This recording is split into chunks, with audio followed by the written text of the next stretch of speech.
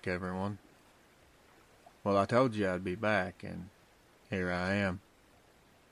I have 2 more encounters to share with y'all tonight, plus I have another upload coming after this one that is still Dogman, but it's not an encounter, per se.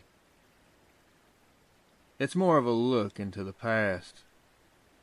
Let's call it the history of Dogman. See, I did this because recently in the comments section, you guys haven't seen it because I've been deleting it, I've been seeing a lot of angry people that are not normal listeners, and let's just say they're most likely not subscribers. They're not fans of mine. They've been trying to discredit all the stories and even the existence of these creatures. Their main argument seems to be, and I quote, "If these things are real, then why are all the encounters and all these stories all recent within the last 10 to 20 years? For all the people that have asked that question, I hope you stick around and listen to the next upload after this one. Do I have a story for you? Anyway, let's go ahead and get into tonight's encounters. Grab a drink. Lock your doors and windows. Hit the lights. And let's get started. Tonight's first encounter was sent to me today from a subscriber on the channel. As per usual, I'm going to read it word for word as it was sent to me. And it's one of those encounters that it's not a confirmed Dogman encounter. But the subscriber has told me that they have recently heard of a Dogman encounter in that same exact area that this story takes place. So this one, you'll just have to make your own judgment call. Hi, Reels. I've been listening to your Dogman accounts for the past 2 weeks since I found your channel. I have recently gone through some difficulties, and it has helped me just listening. The main thing I want to share is an experience that had perplexed me. I have a favorite place I like to go to when it's warm. I had taken my kids there for years. We call it the Waterhole. And there are happy family memories there, swimming, as there is a deeper part. As the years passed, I would go there by myself and sit by the water and soak in the serenity.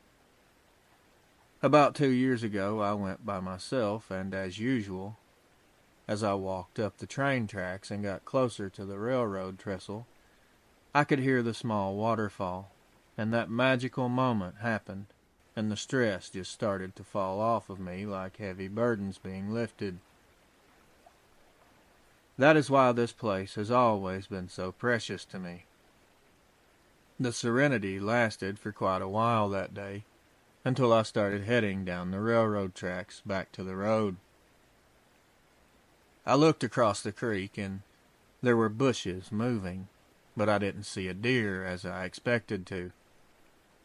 I hastened on, and just kept this to myself. I live in Lehigh Valley, Pennsylvania, and I'm just short of 65 years old, and I'm a woman.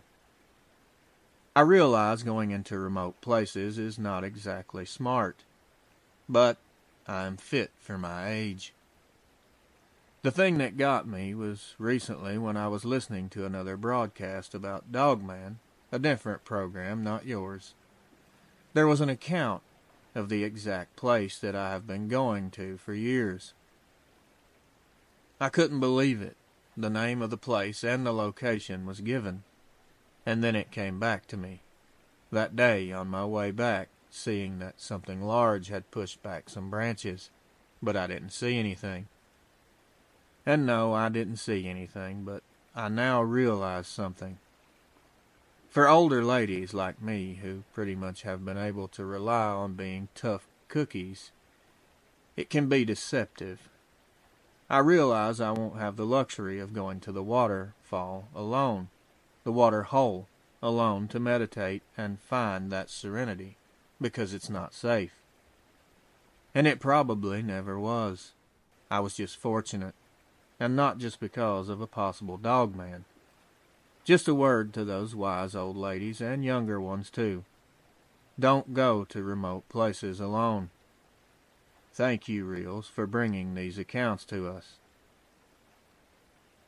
Your authenticity and humanity is greatly appreciated. Very wise words, if I must say myself.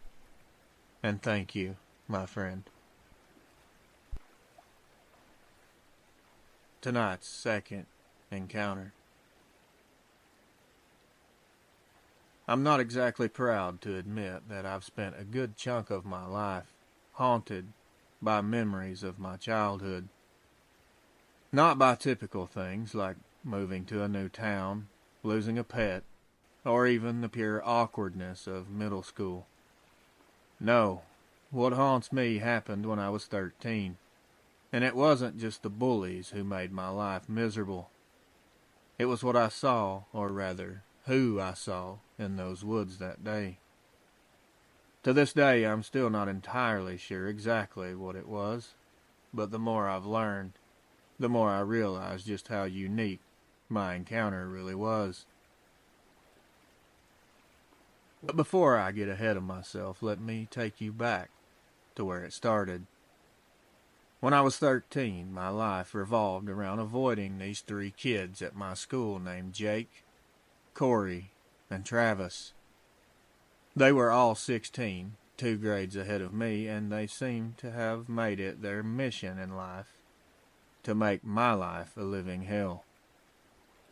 They would corner me in the hallways, shove me into lockers, and find new and creative ways to humiliate me almost daily.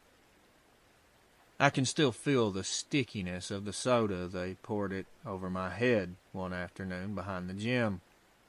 It soaked my clothes, and when I tried to clean it off, they just laughed even harder. That day, I begged my parents to let me switch schools. But of course, my dad gave me the old speech. Said I needed to toughen up and stand up for myself, as if that would have stopped them. The worst part wasn't even the public humiliations. It was the private ones. Jake once stole my sketchbook and ripped it to shreds right in front of me. I still remember the way the pages fluttered to the ground, each one a little piece of myself that they had torn away. I don't know if they realized how much damage they were doing to me mentally, and I'm not sure if they would have, if they would even cared then. These kids were evil. Another time, Corey told everyone that I wore diapers to bed, which was obviously a lie, but it was a rumor that stuck, unfortunately. But nothing they did compared to what happened that spring. The day that my life changed and went in an entirely different direction. It was late March, a cool Friday afternoon. I was excited for the weekend, and the bus dropped me off about a half a mile from my house, where the gravel road cut through a patch of woods. Normally, I liked my walk home. The woods were always quiet and peaceful and full of life. But that day in particular, the quiet and peace was shattered by the sound of sneakers crunching on gravel behind me. I heard one of the boys say, "Hey, Runt, where are you running off to? We just want to talk." But I knew better than to stop. I'd been through this before. So I began to walk faster, and the 3 of them were laughing at this point, their footsteps getting faster and matching my own.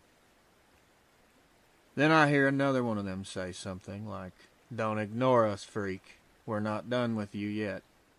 That might not be exact word for word because it's been so long ago, but trust me, it's probably close enough.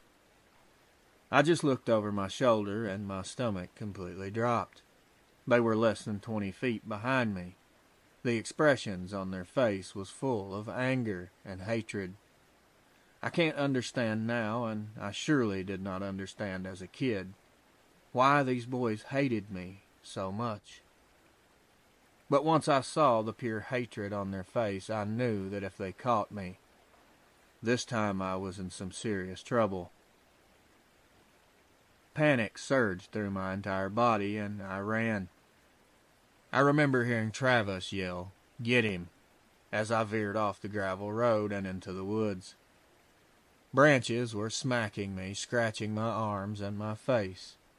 I was so scared that I couldn't control my breathing whatsoever, so my breaths were coming in ragged gasps. But I didn't stop. I could hear them crashing through the woods behind me, shouting and laughing like we were playing a sick game. I'm sure they were screaming out other things like, "Where you gonna go, loser? You can't outrun us." I can pretty much hear it in my head as I'm typing this. At one point, I stumbled over a tree root and nearly fell, but I was able to catch myself and keep running. The woods began to grow darker as the trees got much thicker, and the air was filled with the scent of damp earth. I can smell it now. I thought I might actually lose them until I didn't. I stopped dead in my tracks when I came across something else. At first I thought for sure that I'd ran across a bear, but it was way bigger than a bear. It was too tall, too lean. Its body was covered from head to toe in thick, shiny black fur. Its head was spot on a werewolf. I was looking at a werewolf. But now its snout was a little shorter. The eyes were huge and they were glowing a pale blue. It stepped out from behind a massive oak tree. I could see it had oversized, stretched, large hands that looked like humans, and its fingers were tipped with talon-like claws. And it was looking directly in my direction. My brain was spinning out of control, but my body couldn't process and move. The sound of footsteps crashing through the woods snapped me out of it. I saw Jake, Corey, and Travis bust out into the clearing. They were laughing and shouting and hollering until they looked at what I was staring at. I'll never forget hearing Corey, which he was sort of the ringleader of their little band of devils. I'll always hear him say, "What the hell is that?" That's when it turned to face them. It straightened and stood onto two legs, to its full height. I was young back then, and judging distance might be difficult. But if I had to say, I would almost bet my life this thing was at least 9 feet. After it stood, it let out a low, vibrating growl that I could feel in my chest. I saw Jake's face was a face of pure terror. Travis took a step back, and even Corey, the biggest of the three, their fearless leader, looked like he was about to piss himself. I always laughed later, saying that he was the one that needed the diaper at that moment. The thing took a step forward. I saw its lips snarl back, baring its teeth. The growl got a lot deeper, and its ears flattened against its head. Corey screamed. Jake and Travis turned and ran, shoving each other in their panic. Corey stumbled and scrambled to his feet, and disappeared into the woods, screaming, chasing after the other two. I just stood there trembling, too scared to move. The werewolf, or what is called Dogman, turned back to me, its glowing blue eyes staring directly into mine, only about 10 feet away from me. For a moment we just stared at each other. Then it slowly tilted its head to one side, almost like it was reading my mind, or studying me somehow. It let out this low grunt, like a guttural sound, and jerked its head toward the path behind me as if it was saying, "Go." I nodded, took a shaky step backwards, then another. When I finally turned to run, I glanced back one last time over my shoulder, and the Dogman was gone. For years I didn't tell anyone what happened that day. Who would believe me? But as I got older, I started looking into it. I would listen to all podcasts I could find, read every forum available, and I even went down the endless deep dark hole that is known as YouTube and watched every video about Dogman sightings that I could find. But unfortunately, the more I watched and listened and learned, the more I became confused. Most Dogman encounters are terrifying, filled with aggression and malice. People talk about these creatures chasing them, stalking them, sometimes even attacking them. But that wasn't my experience at all. The Dogman that I encountered could have easily torn me apart if it wanted, but instead, it scared off my bullies and let me go. Why? Why was mine different? Are there good dogmen and bad dogmen? Like there are good and bad people? Or was this one just different? I guess I'll probably never know. Even now, 20 years later, sometimes I can still see its blue eyes in my dreams at night. I often wonder when I'm sitting on the porch, staring off into the woods in the evenings, if that Dogman that saved me is still out there somewhere, watching, or maybe it's waiting. Or maybe, just maybe, it's protecting someone else. Thank you. Anonymous. Well, folks, that is the second upload for the evening. I feel like I have a ton of catching up to do. Anyways, I want to thank the First Lady for sharing her encounter.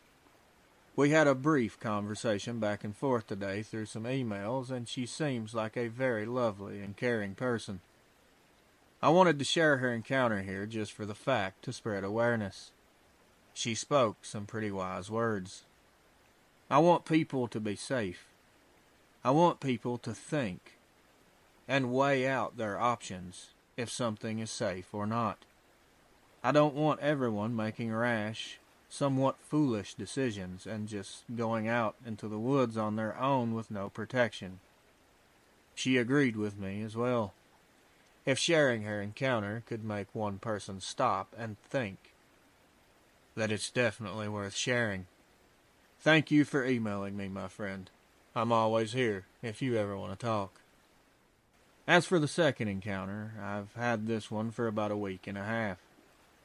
I had a few questions I wanted to ask, honestly just to talk to this person, but I never got a reply yet. I'm still holding out hope. My friend, if you're listening to this, I would really appreciate it if you would reach back out to me. I have a few questions. Thank you in advance, and also thanks for sending this encounter. This was definitely, as you put it, not an ordinary encounter. That's a fact. It always confuses me when you go through hundreds of encounters where these things are just nasty towards humans. And then you get this one diamond in the rough that you just gives you a little hope that not all of these creatures are as evil as we think. Well, that's going to do it for this upload. Be on the lookout for the third and final upload of the evening. If you've managed to make it this far, thank you for listening. Don't forget to like, share, and subscribe to the channel. It only takes a second, and it's totally free. It would help me out tremendously. Thanks in advance. Until next time, my friends, watch over your loved ones. Keep your head on a swivel. And as always, good night.